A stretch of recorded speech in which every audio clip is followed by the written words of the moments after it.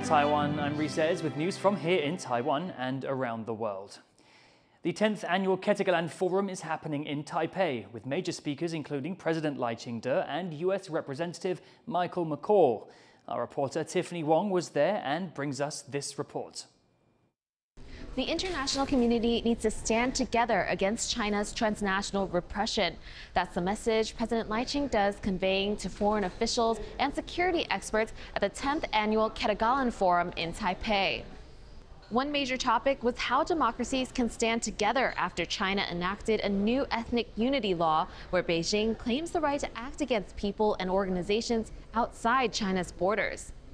Against the threats from China's ethnic unity law, Taiwan's position is clear. We will not accept united front infiltration or raid terror. We will not stand by while China tries to extend its reach into Taiwan or any other free nation or region. The forum, hosted by Taiwan's Foreign Ministry and the Taiwan Institute for Economic Research, brought together political figures and experts from around the world to discuss regional security, democratic partnerships, and instability driven by China. Speakers included representatives from the Inter-Parliamentary Alliance on China, including Japan's former defense minister, who shared a statement in support of Taiwan's efforts to counter Beijing's growing transnational repression, and the Prime Minister of Taiwan's only African ally, Eswatini, which has recently reported facing pressure to switch recognition to China. Russell Delamini praised Taiwan's enduring partnership and contributions to the world.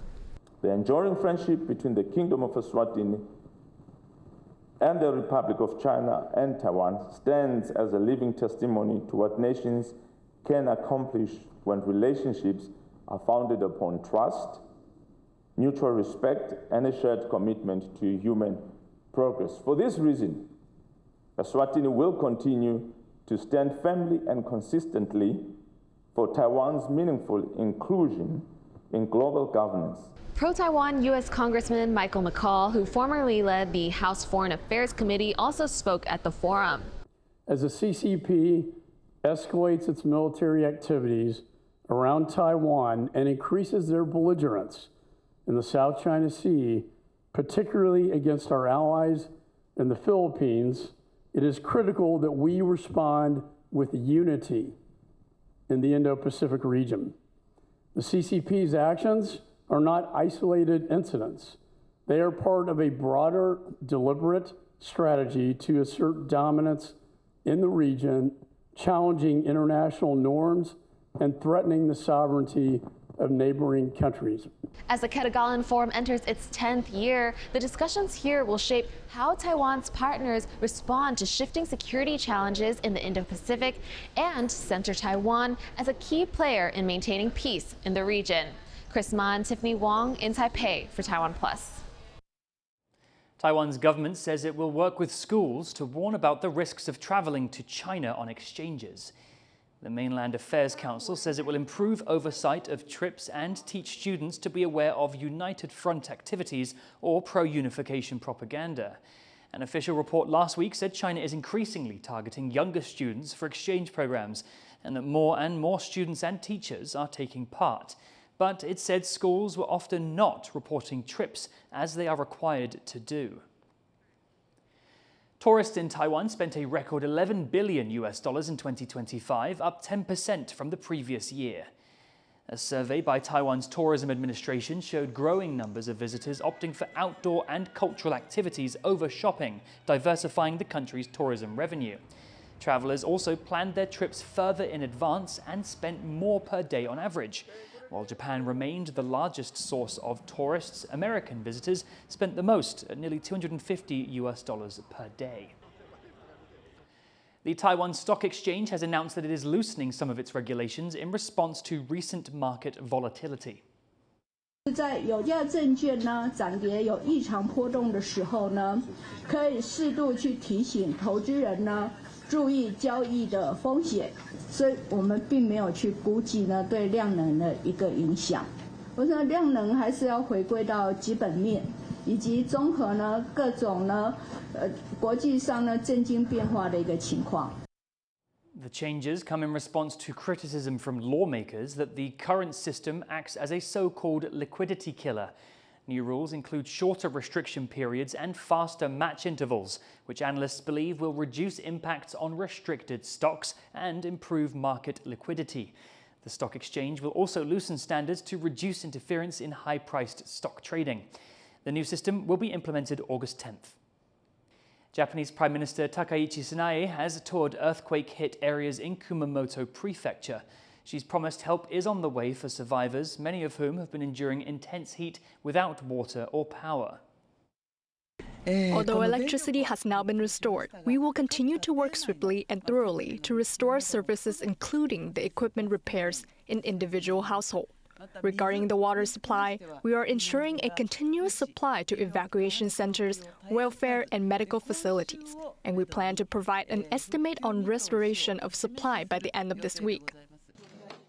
Takaichi says the cabinet will move to approve around $120 million to aid in recovery.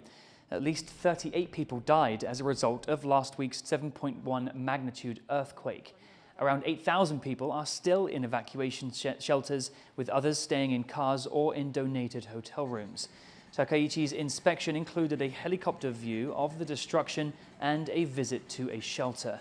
Following the Prime Minister's tour, Taiwanese chipmaker TSMC said its local fab is fully back online, ending worries about disruptions to production. South Korea is experiencing record-breaking heat, with a string of new temperature records set just over a few days. At least one reservoir in the country is almost completely dry as officials issue heat warnings. And some Koreans think intense heat like this could be the way of the future. John Van Trieste reports. The signs warn deep water, no swimming. But here at the Baegan Reservoir in South Korea, there's almost no water left to speak of. Over an extremely hot summer, this reservoir has turned into a field of cracked, parched dirt. Depth markers stick out from the baked earth with nothing left to measure. And from above, the sun brings another day of unbearable heat. South Korea broke 3 heat records in the course of 3 days, from Friday to Sunday, each hotter than the last. Peak temperatures nearing 43 degrees sent around 300 people to the hospital. By Monday, officials issued the country's first ever severe heat wave warning for the capital, Seoul. In the city of Miryang, about 50 kilometers from Busan, longtime residents say this summer's heat is unusual. I am 61 years old, and this is the hottest I have experienced in 50 years. Younger residents, too, say this heat has gotten to be too much. Judging by the exact temperature figures, I can see that global warming is getting worse. I can't imagine living without air conditioning anymore. South Korea joins places from neighboring Japan all the way over to wildfire-hit Europe, struggling with new extremes of heat. And here, as elsewhere, there's a growing sense of a new, dangerous normal. Andy Xue and John Van Trieste for TaiwanPlus. A group of local scientists has discovered that giving probiotics to corals can slow down coral bleaching. Irene Lin takes a look. Under Taiwan's southern sea, vibrant coral reefs stretch across the ocean floor. But with global warming causing water temperatures to rise, coral bleaching has become a crisis that many marine biologists are working hard to solve. And now, one team from Taiwan's top research institute has found a unique treatment: probiotics. 添加进去呢，在珊瑚里面就会让它这个珊瑚的对这个环境的压力可以做比较有效的适应。如果提升了高温的话，它也比较不容易白化。The team added various types of probiotics to coral cell samples and found some that not only improve the coral's health but also build up their defenses for hotter habitats. Although this technique is still in early trials, the team says it could be a big leap forward for coral reef restoration. Taiwan's Ocean Conservation Administration has been growing coral for years and says it will continue to monitor areas of bleaching.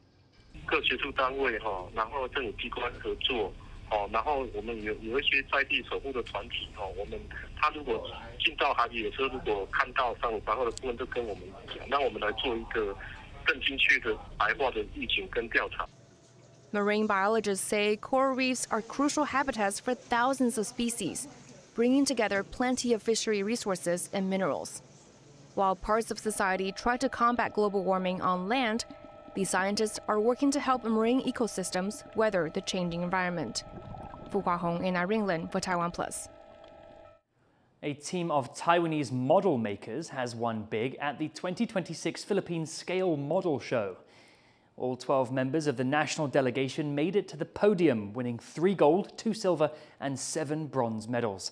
They won in categories like military vehicles, aircraft and ships, beating out hundreds of competitors. Taiwan's representative to the Philippines, Wallace Zhou, presented some of the awards, praising the team's strong performance at the competition. Taiwan's top volleyball players are ready to serve as the team makes its final preparations for the Asian Games in Japan next month. Our reporter Sandy Chi meets the squad in training.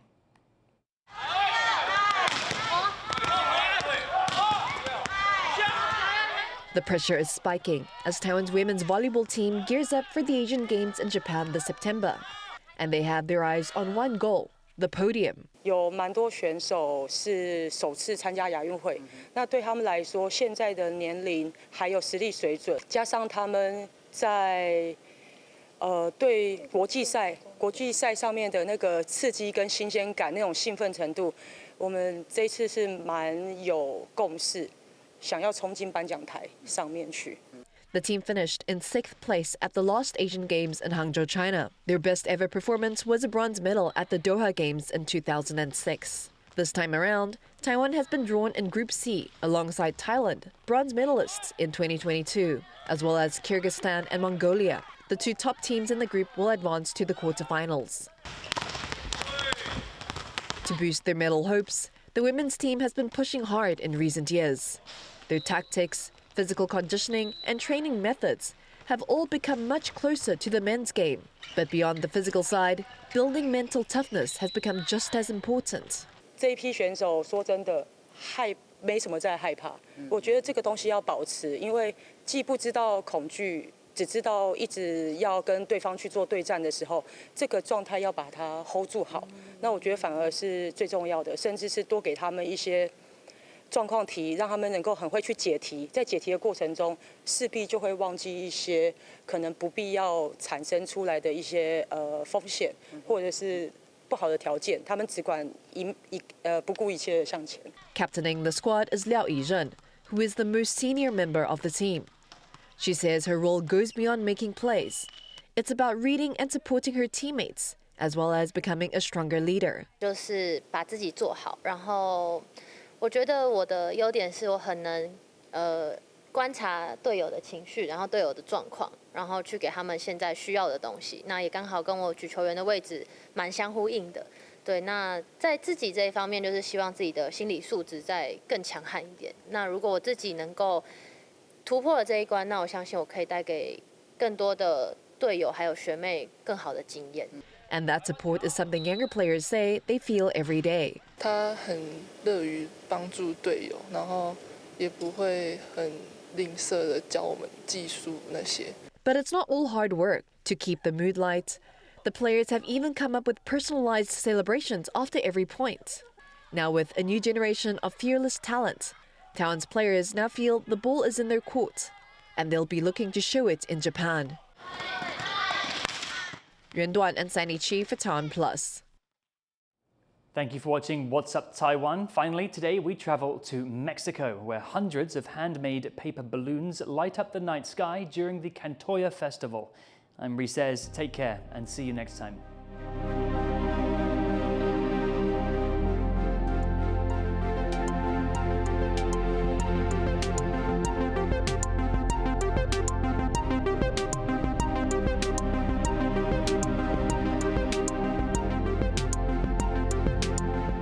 For more stories from Taiwan and around the world, download the TaiwanPlus app or follow us on social media. And by the way, this over here is drone soccer.